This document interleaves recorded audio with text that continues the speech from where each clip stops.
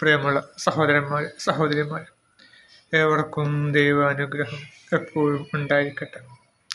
ബിസ്മില്ലാഹിർ റഹ്മാനിർ റഹീം. ഖാതിലൂഹും യുഅദ്ദിബുഹുമുല്ലാഹു ബിയദീകും.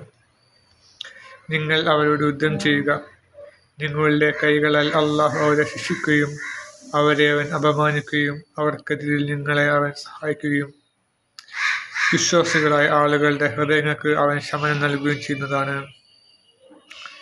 അപ്പോൾ നിങ്ങൾ അവരോട് യുദ്ധം ചെയ്യുക, ആരോട്? സത്യനിഷേധികളോട്.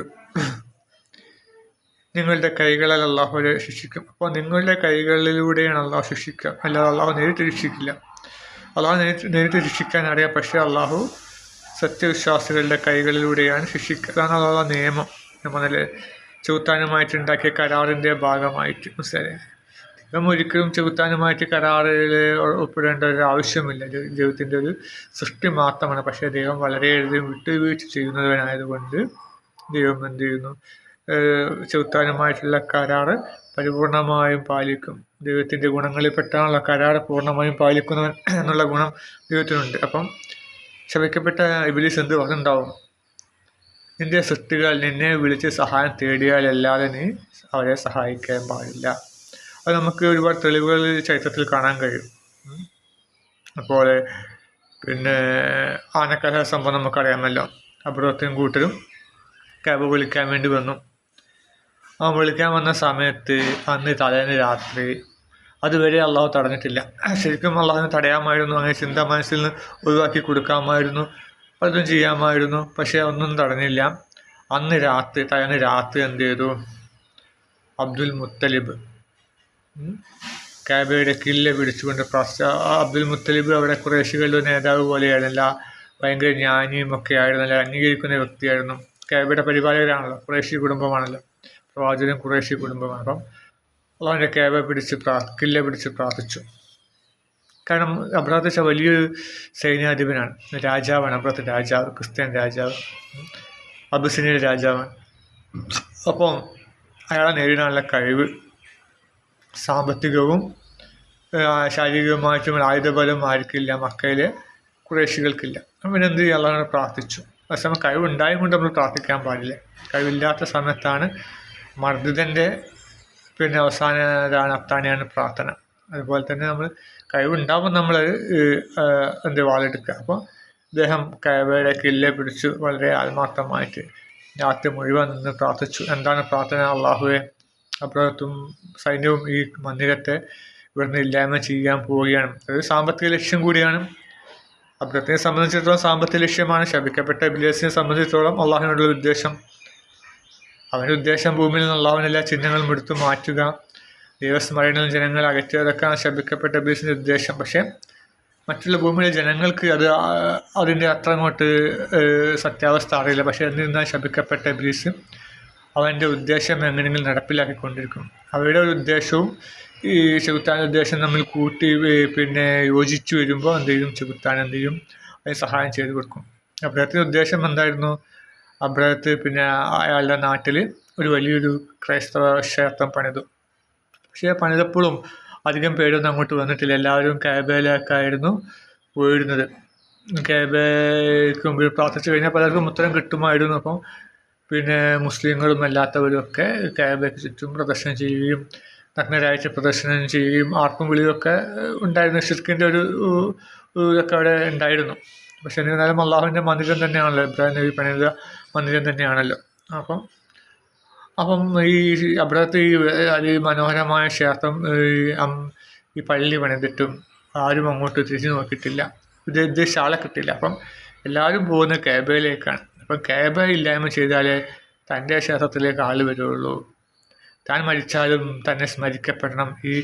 ഈ മന്ദിരത്തിലൂടെ, ഈ ആരാധനാ മന്ദിരത്തിലൂടെ തന്നെ സ്മരിക്കപ്പെടണമെന്ന് അബ്രഹത്ത് അതിയായി കുതിച്ചിരുന്നു. അപ്പോൾ അതിനു വേണ്ടി അയാളുടെ ഈ ക്ഷേത്രത്തിലേക്ക് അല്ലെങ്കിൽ പള്ളിയിലേക്ക് ആളെ കൊണ്ടുവരണം. അപ്പോൾ അതിനു വേണ്ടി എന്തെങ്കിലും കഅബ തകർക്കണം. അപ്പോൾ അതാണ് അയാളുടെ ഉദ്ദേശം. അതാണ്, അല്ലാതെ അള്ളാഹുവിൻ്റെ മുസ്ലിങ്ങളെ തകർക്കുകയൊന്നുമല്ല. അദ്ദേഹത്തിന് ശരി സാമ്പത്തിക ലാഭം, അതുവഴി ആൾക്കാർ ഒരുപാട് വരുമ്പോൾ തങ്ങൾ നാട്ടിൽ കച്ചവടം വർദ്ധിക്കും, അങ്ങനെയൊക്കെ കണക്കൂട്ടലാണ് ഉണ്ടായിരുന്നത്.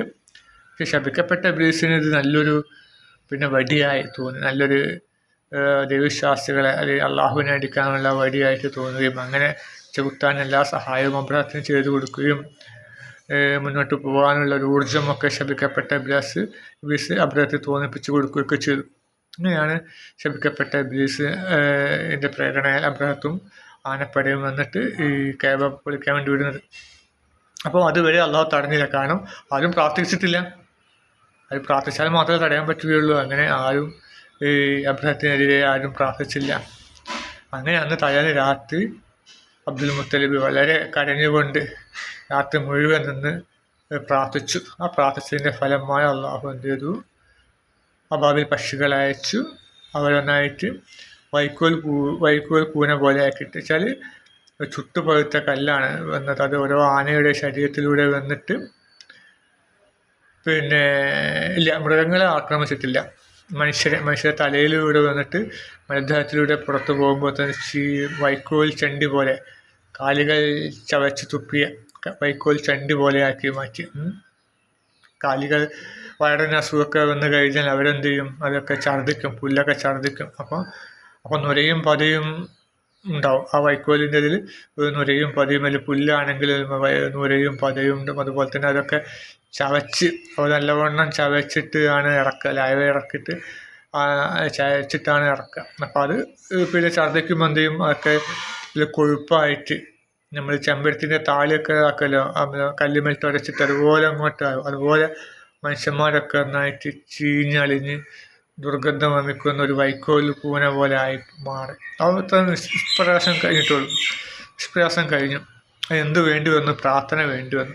ആ പ്രാർത്ഥന ഇല്ലെങ്കിലോ അള്ളാഹ് തടയുകയുമായിരുന്നില്ല. പക്ഷേ എന്തായാലും അള്ളാഹിൻ്റെ ഉദ്ദേശം നടക്കും. ഇങ്ങനെ പ്രാർത്ഥിക്കുമ്പോൾ നമുക്ക് അള്ളാഹിനറിയാം. അപ്പോൾ എവിടെ നോക്കിയാലും ഈ പ്രാർത്ഥന കാണാം. മൂസാ നബിയുടെ ഇതിലും നിങ്ങൾ യുദ്ധം ചെയ്യുമോ? മൂസാ നബി ഇസ്രായേലിനെ വിളിച്ചു. ഒരു ബലിഷ്ഠനായ ഒരു ശത്രുവുമായിട്ട് യുദ്ധം ചെയ്യാൻ വേണ്ടി വിളിച്ചപ്പോൾ ഇസ്രായേലിൽ പറഞ്ഞു വന്നത്, നീ നിൻ്റെ റബ്ബും പോയി യുദ്ധം ചെയ്യുമോ? ഇവർ വന്നില്ല. അപ്പോൾ എന്ത് ചെയ്തു? അവർക്ക് പരാജയപ്പെട്ടു. ഇനി ഇസ്രായേലുകൾ വന്നിട്ടില്ലെങ്കിലും അള്ളാഹുവിന് ഒരു കുൻ എന്ന വാക്കുകൊണ്ട് തകർക്കാമായിരുന്നില്ല. പക്ഷെ അള്ളാഹു ചെയ്തില്ല. കാരണം ഇതാർക്ക് വേണ്ടിയുള്ളതാണ്? മനുഷ്യർക്ക് വേണ്ടിയുള്ളതാണ്. അതുപോലെ ഈ കരാറിൻ്റെ ഭാഗമാണ് മനുഷ്യർ പ്രാർത്ഥിക്കാതെ സഹായിക്കരുത്. അപ്പോൾ ഇവർ പ്രാർത്ഥിച്ചിട്ടില്ല, അതുകൊണ്ട് അള്ളാഹു സഹായിച്ചതുമില്ല. അപ്പോൾ അതാണ് കാരണം. അപ്പോൾ നമ്മൾ കേൾക്കും അള്ളാഹു കഴിവില്ലാത്തവനാണോ? ബദർ യുദ്ധത്തിൽ വിശ്വാസികൾ വന്നപ്പോൾ ബദർ യുദ്ധം വിജയിച്ചു. ഉഹദ് യുദ്ധത്തിൽ വിശ്വാസികൾ അല്പം അനുസരണക്കേട് കാട്ടിയപ്പോൾ പരാജയപ്പെട്ടു. അപ്പോൾ വിശ്വാസികളാണല്ലോ യുദ്ധം ചെയ്യുന്നത്, അള്ളാഹു സഹായിക്കുന്നില്ലല്ലോ എന്ന് തോന്നും. പക്ഷേ അല്ല, അള്ളാഹുവിൻ്റെ സഹായം നല്ലവണ്ണമുണ്ട്. അത് പ്രവാചകനും കൂട്ടരും മറന്നതാണ്, അതോടൊപ്പം ശത്രുക്കളും മറന്നതാണ്. ശത്രുക്കൾ പറഞ്ഞിട്ടുണ്ട്, മുസ്ലിം സൈന്യം ഈറ്റപ്പുലികളെ പോലെ ചാടി വരികയാണ്, അവർക്ക് എന്തൊരു ശക്തിയാണ്. കാരണം അവർക്ക് ഒന്നും ഭയപ്പെടാനില്ല, അള്ളാഹുവിനെ മാത്രം ഭയപ്പെടുന്നവരാണ്. ഇപ്പം പറഞ്ഞു വരുന്നത് ഈ പ്രാർത്ഥന വേണം. നിങ്ങളുടെ കൈകളിലൂടെയാണ് അള്ളാഹു അവരെ നശിപ്പിക്കാം. നിങ്ങൾ തയ്യാറായിട്ടില്ലെങ്കിൽ നശിപ്പിക്കുകയുമില്ല. നമ്മൾ ഇസ്രായേൽ അവർ പിന്മാറിയപ്പോൾ അള്ളാഹു സഹായിച്ചില്ല. അവസാനം ഇസ്രായേലിയർക്ക് ആ നാട്ടിലേക്ക് പ്രവേശിക്കാൻ കഴിഞ്ഞതുമില്ല. അവർക്ക് വാഗ്ദത്ത ഭൂമിയിലേക്കും പ്രവേശിക്കാൻ കഴിഞ്ഞിട്ടില്ല. ഈജിപ്തിൽ നിന്ന് കടൽ കടത്തിക്കൊണ്ടുവന്നവരാണ് ഇസ്രായേലികൾ. അവരെ വാഗ്ദത്ത ഭൂമിയിലേക്ക്, അതായത് ഫലസ്തീനിലേക്ക് അല്ലെങ്കിൽ ഇസ്രായേൽ പ്രദേശത്തേക്ക് കൊണ്ടുപോകണം, സുലൈമാൻ നബിയുടെ നാട്ടിലേക്ക് കൊണ്ടുപോകണം. പക്ഷേ ഇവിടെ അതിന് മാത്രം സംസ്കാര സിദ്ധി നേടിയിട്ടില്ല. അപ്പം അതിനുവേണ്ടി മൂസാ നബി എന്ത് ചെയ്തു? ഒരുപാട് ശിക്ഷണ നിർദ്ദേശങ്ങൾ പഠിപ്പിച്ചു കൊടുത്തു. പക്ഷെ അവരൊക്കെ അനുസരണക്കേട് കാണിച്ചു. അതുകൊണ്ട് അവർക്ക് വാഗ്ദത്ത ഭൂമി, അതായത് ഇസ്രായേലിലേക്ക് അവർക്ക് പ്രവേശിക്കാൻ കഴിഞ്ഞതുമില്ല. അപ്പം നമ്മൾ പ്രവർത്തിക്കുമ്പോൾ അള്ളാഹു സഹായിക്കും. മനസ്സിലായി? ഒരു വാഹനം നമ്മൾ അത് നന്നാക്കാൻ തയ്യാറാകുമ്പോൾ എന്ത് ചെയ്യും? അള്ളാഹു സഹായിക്കും. ഒരു ദൈവവിശ്വാസിയാണ് കൂട്ടുക, അദ്ദേഹത്തിൻ്റെ വാഹനം തകരാറിലായി. അദ്ദേഹം തകരാറിലായ മൂലക്കിരുന്നലായിരിക്കലുണ്ടാവും. അയാൾ എൻജിൻ ബോണറ്റൊക്കെ ഒന്ന് പൊന്തിച്ച് നോക്കി എന്തെങ്കിലും തകരാറുണ്ടോ അള്ളാഹുവിനോട് പ്രാർത്ഥിക്കുകയും അത് നോക്കുകയും ഒക്കെ സുസൂക്ഷ്മം നോക്കുകയൊക്കെ ചെയ്യുകയും ചിലപ്പോൾ എന്തെങ്കിലും വയറ് വിട്ടതോ എലി കടിച്ചതോ കാണുകയും ചിലപ്പം അദ്ദേഹത്തിന് നന്നാക്കാൻ കഴിയാനുള്ള സംവിധാനം അള്ളാഹു ചെയ്തു കൊടുക്കും. മനസ്സിലായില്ല? ഇതിലവനൊക്കെ ഒരുപാട് അങ്ങനെ ഇതുണ്ടായിട്ടുണ്ട്, അനുഭവങ്ങൾ ഉണ്ടായിട്ടുണ്ട്. നമ്മൾ അതിൽ പ്രവർത്തിക്കുമ്പോൾ നമുക്ക് അതിൽ ഓരോ ഐഡിയകൾ കിട്ടുകയും വിജയിക്കുകയും ചെയ്യും. ഇപ്പോൾ നമ്മുടെ കൈകളിലൂടെ സഹായിക്കുക, നമ്മൾ പ്രവർത്തിച്ചാൽ മാത്രമേ അള്ളാഹുവിൻ്റെ സഹായം ഉണ്ടാവുകയുള്ളൂ. എന്നിട്ട് അവരെ അള്ളാഹു അപമാനിക്കുകയും ചെയ്യും. ശരി, നിങ്ങളുടെ കൈ കൊണ്ടുള്ള ശിക്ഷ കിട്ടുമ്പോഴേ അത് ഏറ്റവും വലിയ അപമാനമായിട്ട് മാറുള്ളൂ. അള്ളാഹുവിൻ്റെ കയ്യിൽ ഇപ്പോൾ ഒരു കൊടുങ്കാറ്റ് വന്നിട്ട് എല്ലാവരും മരിച്ചു പോയിച്ചാൽ അതിപ്പോൾ എന്താണ്, സ്വാഭാവികമായിട്ട് എല്ലാവരും മരിക്കുന്നതാണ്.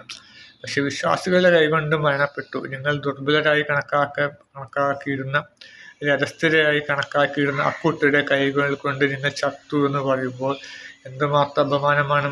അപ്പം ആ അപമാനം, കടുത്ത അപമാനം അവർക്ക് വരുത്തി തീർക്കാൻ വേണ്ടിയിട്ടാണ് അള്ളാഹു എപ്പോഴും വിശ്വാസികളോട് ആക്രമിക്കാൻ പറയുന്നത്.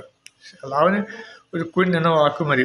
പ്രപഞ്ചം സൃഷ്ടിച്ച അള്ളാഹുവിന് അവരെ നശിപ്പിക്കാൻ ഒരു കുൻ എന്നൊരൊറ്റ വാക്ക് മതി. ആ വാക്ക് പോലും വേണ്ട, മനസ്സിൽ ചിന്തിച്ചാലും പോലും മതി. അപ്പോൾ എന്താണ് അള്ളാഹുവിൻ്റെ ഉദ്ദേശം? എന്താ? നിങ്ങൾ സഹായിക്കണം, നിങ്ങളുടെ കൈകളിലൂടെയാണ് പ്രവർത്തിക്കുക. അപ്പോൾ ദൈവത്തിന് വസിക്കാനുള്ള ഒരു ഇരിപ്പിടമാണ് വിശ്വാസികളുടെ മനസ്സ്. അപ്പം നമ്മളത് ഒരുക്കി ദൈവത്തിനെ ആനയിക്കാൻ വേണ്ടി നമ്മുടെ ആ മനസ്സിനെ നമ്മൾ പാകപ്പെടുത്തി ഒരുക്കി ഒക്കെ വൃത്തിയാക്കി വെക്കുക, അല്ലേ? പിന്നെ സ്ത്രീകളുടെ ഗർഭപാത്രം കുഞ്ഞിന് വേണ്ടി തയ്യാറെടുത്തിൽ ഒക്കെ റെഡിയാക്കി വെക്കുന്നുണ്ടല്ലോ. അതുപോലെ തന്നെ പിന്നെ അത് കുഞ്ഞ് വന്നിട്ടില്ലെങ്കിലോ അത് പിന്നെ മെത്ത പോലെയുള്ളതൊക്കെ ശരീരം പുറന്തള്ളും. അതാണ് ആർത്തവരക്തമായിട്ട് വരുന്നത് എന്നാണ് ശാസ്ത്രം പറയുന്നത്. അപ്പം അതുപോലെ നമ്മൾ നമ്മുടെ മനസ്സിനെ ദൈവത്തിന് വസിക്കാനുള്ള ആലയമാക്കി വെക്കുക. ചീത്ത വിചാരങ്ങൾ പാടില്ല, നല്ല സൽവിചാരങ്ങൾ മാത്രമാക്കി വെക്കുക. അങ്ങനെ ദൈവത്തെ വരവേൽക്കാൻ വേണ്ടി നമ്മൾ ഓരോരും നമ്മുടെ ഹൃദയത്തെ തയ്യാറാക്കിയിരിക്കുക. അങ്ങനെ എല്ലാവരുടെയും മനസ്സിലും ഹൃദയത്തിലും ദൈവം വസിക്കുന്ന ആ ഭാഗ്യന്മാരുടെ കൂട്ടത്തിൽ അള്ളാഹു നമ്മൾ ഉൾപ്പെടുത്തുമാറാകട്ടെ. ആമീൻ.